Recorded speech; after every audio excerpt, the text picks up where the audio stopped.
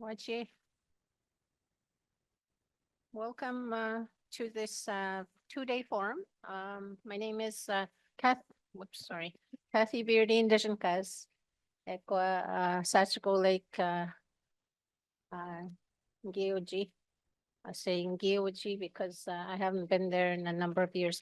My name is Kathy Beardy. I am originally from Sachiko Lake, and I see a fellow Sachiko Laker sitting right up front.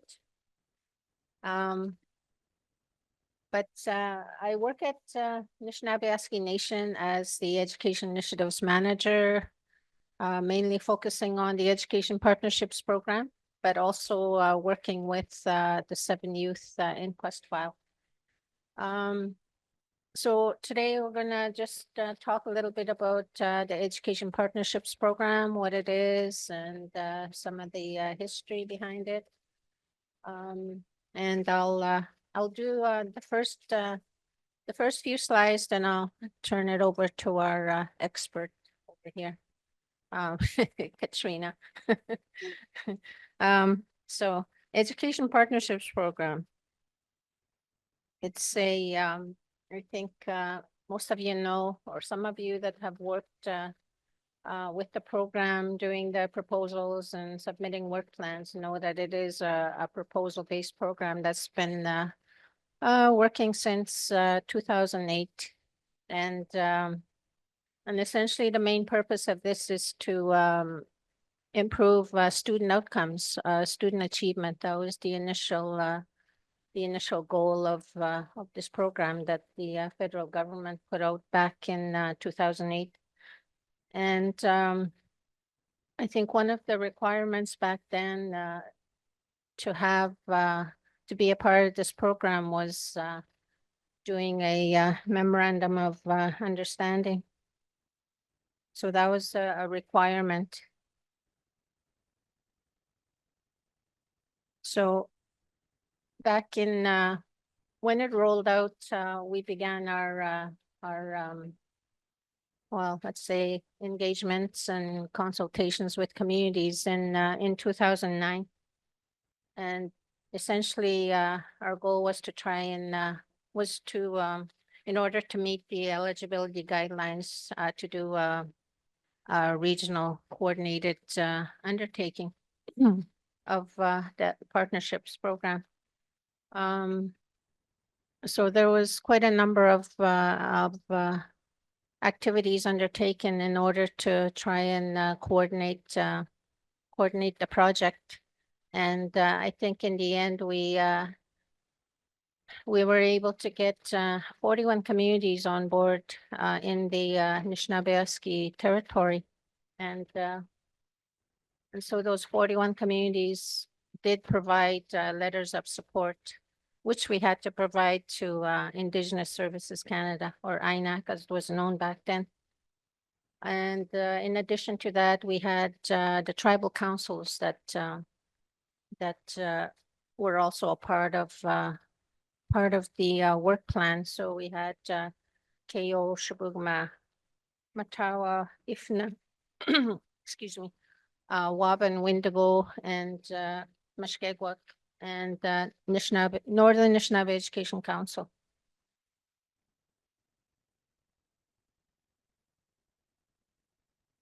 So part of the work, as I said, was getting a memorandum of understanding in place, which was signed in 2013.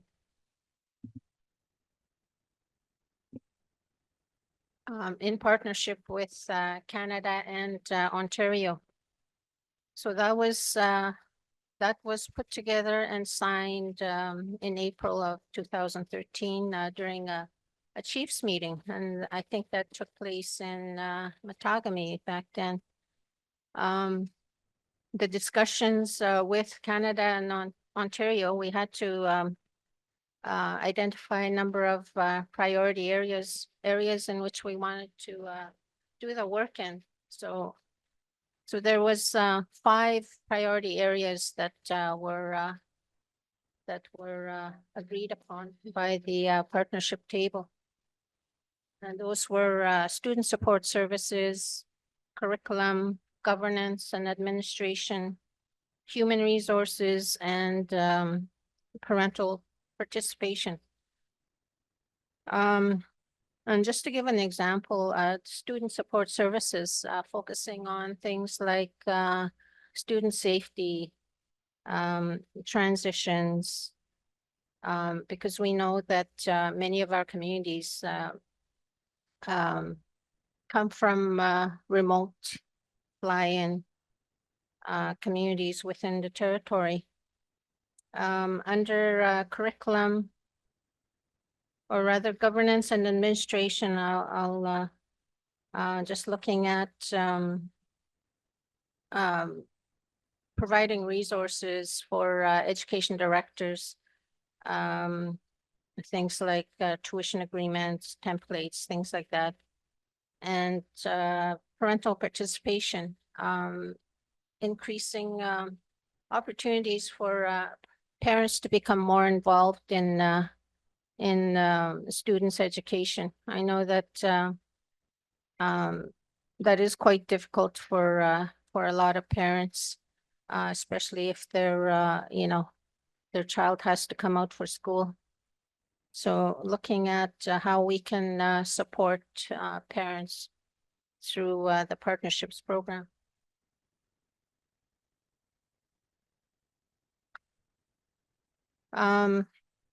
Even though the work started in 2008 when the federal government rolled out the partnerships program, it wasn't until, as I said, 2013 that when the MOU was in place that we were finally able to put together a work plan of activities that we would be undertaking in partnership with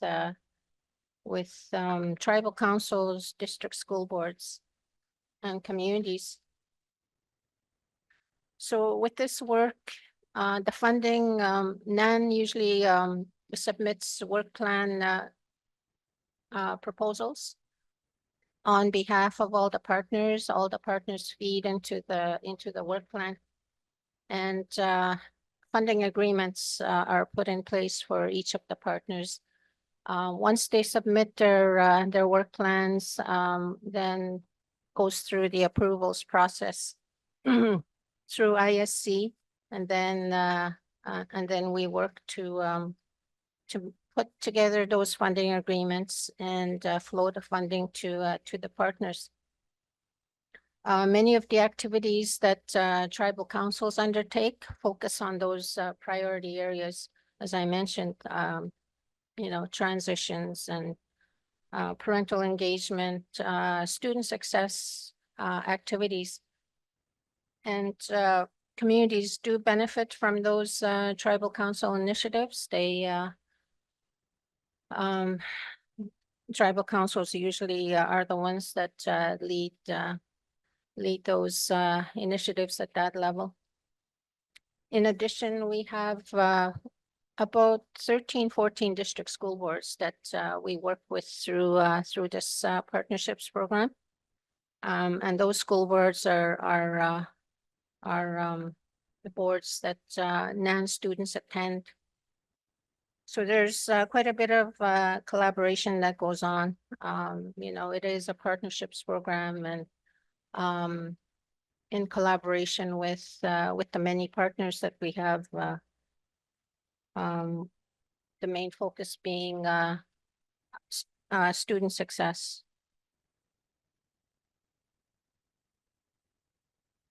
So just a quick overview of EPP activities. As I mentioned, we work with our EPP partners, tribal councils, partner education organizations, and many of the activities that over the years that I've worked with the program for quite a few years, and I've seen a variety of initiatives being undertaken by by the many partners. Parental engagement and engaging parents, participation in in their students' education. Cooperation, communication, and sharing of information and initiatives. Education achievement levels, undertaking activities or initiatives or putting activities in place that that focus on students and making sure that students have the proper programs and services in order to be successful in their education. As well, there's quite a lot of transitions, activities, initiatives that are being undertaken. We also do a few activities at the NAN level, and Katrina will talk about some of those initiatives that we have been undertaking. We also have school-based activities, providing or collaborating and sharing information with our district school board partners. So there's quite a few activities that we do in that area. Student safety is also a huge priority, ensuring that students are safe when they when they come out to school and while they're attending school in urban centers. And as well, the 7 Youth Inquest. That file is funded under the Education Partnerships Program, even though we've been trying to secure separate funding. That 7 Youth Inquest, as many of you know, focuses on implementing the 145 recommendations that were brought forward through the 7 Youth Inquest process back in 2016. So so a lot of work and a lot of initiatives being undertaken by all the partners to try and make sure that the implementations, the recommendations are worked on and completed. Okay, this is where I'll turn it over to Katrina here. Hi, my name is Katrina Fiddler. I've been working with the EPP program for around 5 years, and I currently work as the Education Initiatives Program Specialist. It's a very long title. I'm still getting used to it. So for transitions is one of our main areas of where we try to conduct our activities and event planning. So as we all know, many NAN students leave home for a secondary school education. Some even leave school for an elementary school education to continue their learning. And it's a very difficult transition. I moved out here when I was in grade 6, and I had a very hard transition. I can't even imagine what it would be like for a high school student coming out for the very first time. There's not only significant academic challenges, but also social challenges, dealing with loneliness, culture shock, adjustments to a new environment. And growing up in a community, you're very used to being surrounded by all of your family, all your cousins, and coming out here, you lose all of that. So it's important for students to have a good transition when they move out for school. So some of our transition activities that we do throughout the year include student events in Sioux Lookout, Thunder Bay, and Timmins. We host the student orientation sessions. We invite different vendors and organizations from the 3 catchment areas to show what their organization does to any of the NAN high school students attending. We also do the youth outreach and extracurricular extravaganzas where this picture was taken. Typically a smaller crowd, and we only invite around 5 to 7 vendors for this one to do activities for students. This also includes Culture Day events where we try to do more cultural activities with the students attending. It's often held with the extracurricular event. And some transition initiatives led by tribal council levels include the Shibogama NNEC student transition coordinators, Matawa transition workshops for grade 8 students, and the Kobe transition teacher coach.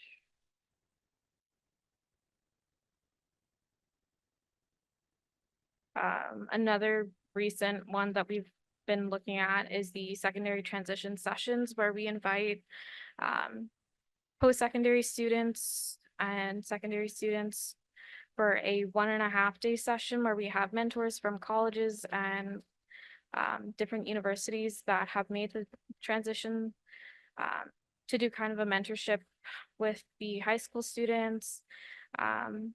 And with this, we also developed the student handbook for post-secondary transitions. We have copies at the table in the back, and we're also into development for the app version of this, as this was a higher request from students, just so they're not lugging around a notebook or a resource everywhere. They just can click it on their phone. It's still in transition and development, and we're hoping to have it ready for the fall. Other resources that we have available at the back include the Know Your Rights and Responsibilities, City Orientation Curriculum, High School Transition Program, Beyond the Classroom, Life Skills and Transitions for grade 7 and 8, the handbook as mentioned, and also the Attendance, Retention, and First Nation Student Success. If you see a book that you would like more copies of rather than just 1 or 2, we can send some out to you, as we have many copies. As Kathy had touched on, for parental participation, due to many factors, parents may not engage in the education system for many reasons. So it's important to always have good relationships with them. So while developing the latest updates of some of the handbooks, we did a parent reach out to do parent input on what they think should be put in the resources that we hand out.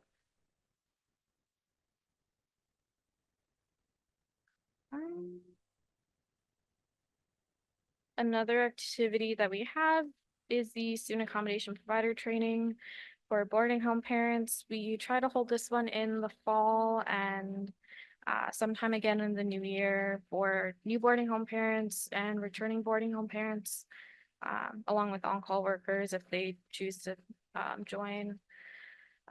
Some initiatives at the tribal council level include the IFNA parental engagements, along with the improving communication, parental support at the community level, the NNEC Communication Bilingual Gap Coordinator.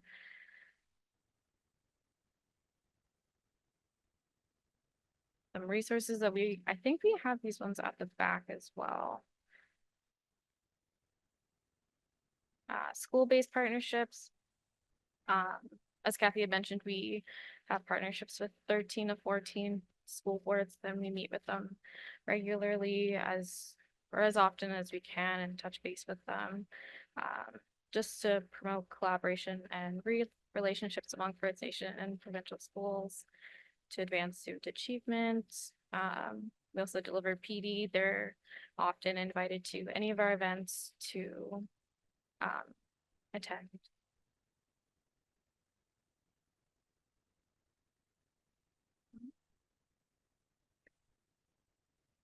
Some school-based activities.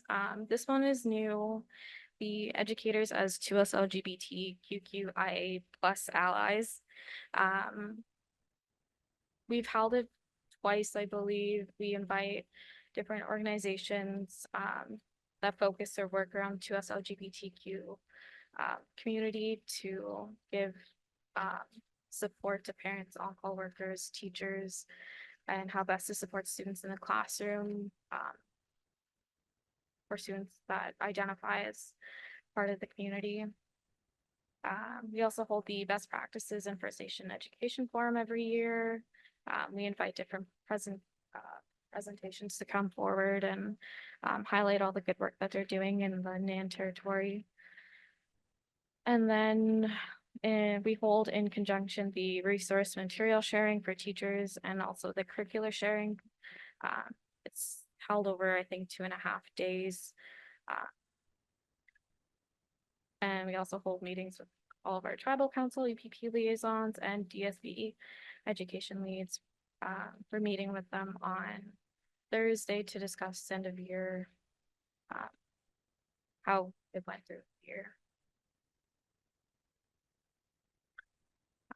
Activities at the tribal council level include the Wendigo mentoring and professional learning exchanges, Kobe PD exchanges, Matawa indigenizing provincial curriculum, and the IFNA best practices model.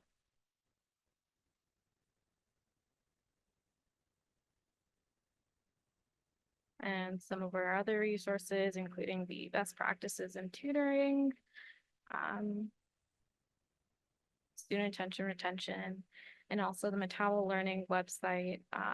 The goal of this website is to provide free and public resource sharing for educators at MEC and Matawa communities and across Ontario and Canada.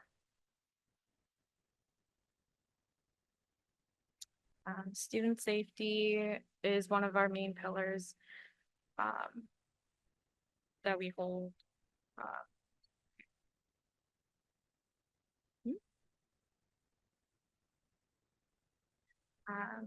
So we do, keeping in mind throughout the year when developing all of our activities, student safety is at the forefront. Oh, a nice little graphic Kathy had put in. So some of our activities include the on-call worker training. For partner education organizations, we hold safe talk assist, mental health first aid, a variety of trainings. We hold them twice a year, and it's around 5 days long for all of our on-call workers. And again, the student accommodation provider training for boarding home parents. Along with the inquest funding through the EPP program, we also fund the student safety coordinator position at NAN. Some tribal council activities for Wendigo, Waban, NNEC, and IFNA. And some resources that we have is the accommodation provider guide, training guide, and also holding the on-call student worker certificate training program. Yes. I just want to flip back to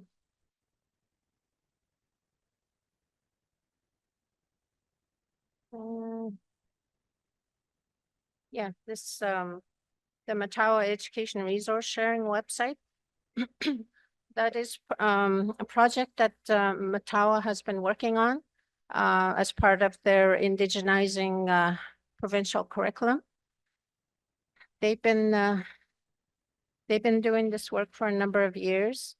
I believe they have utilized their community knowledge keepers, elders in their communities, working in partnership to incorporate Indigenous perspectives and knowledge into their courses. So they have a number of courses that they have completed. I don't have the list right now, but I know some grade 9 and grade 10 courses, and they're still working on additional courses.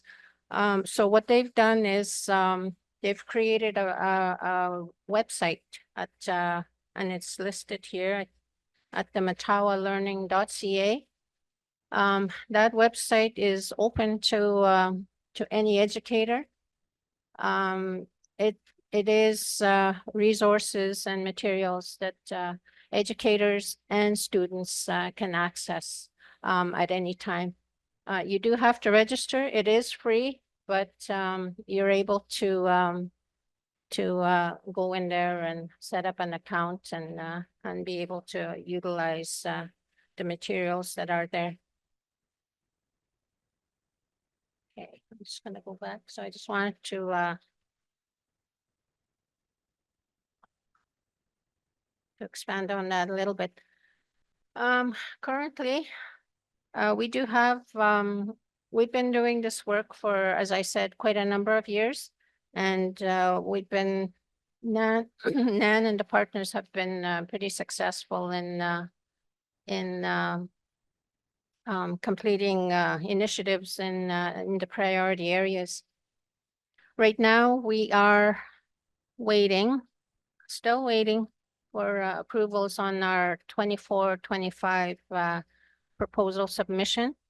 I've been connecting with our main funder, ISC, just to touch base on when those approvals will be released.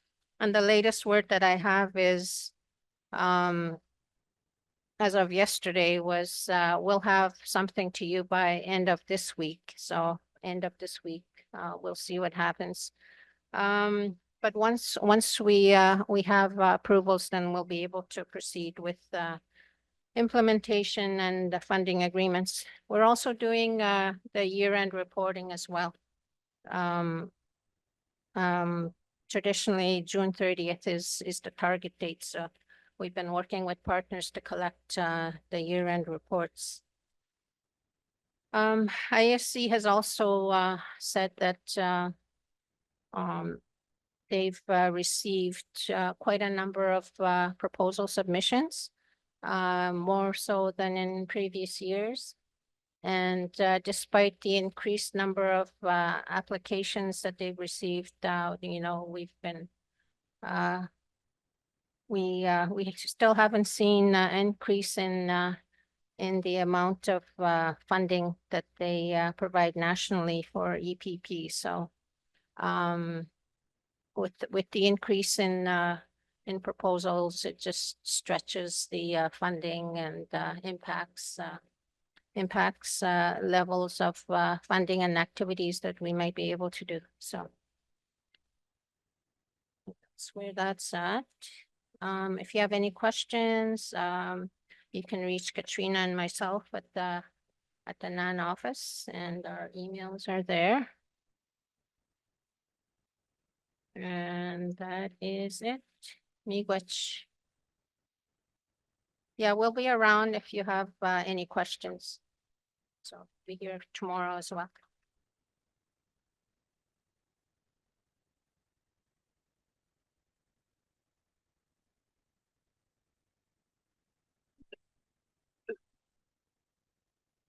Okay, one more time for Katrina Fiddler and Kathy Beardy.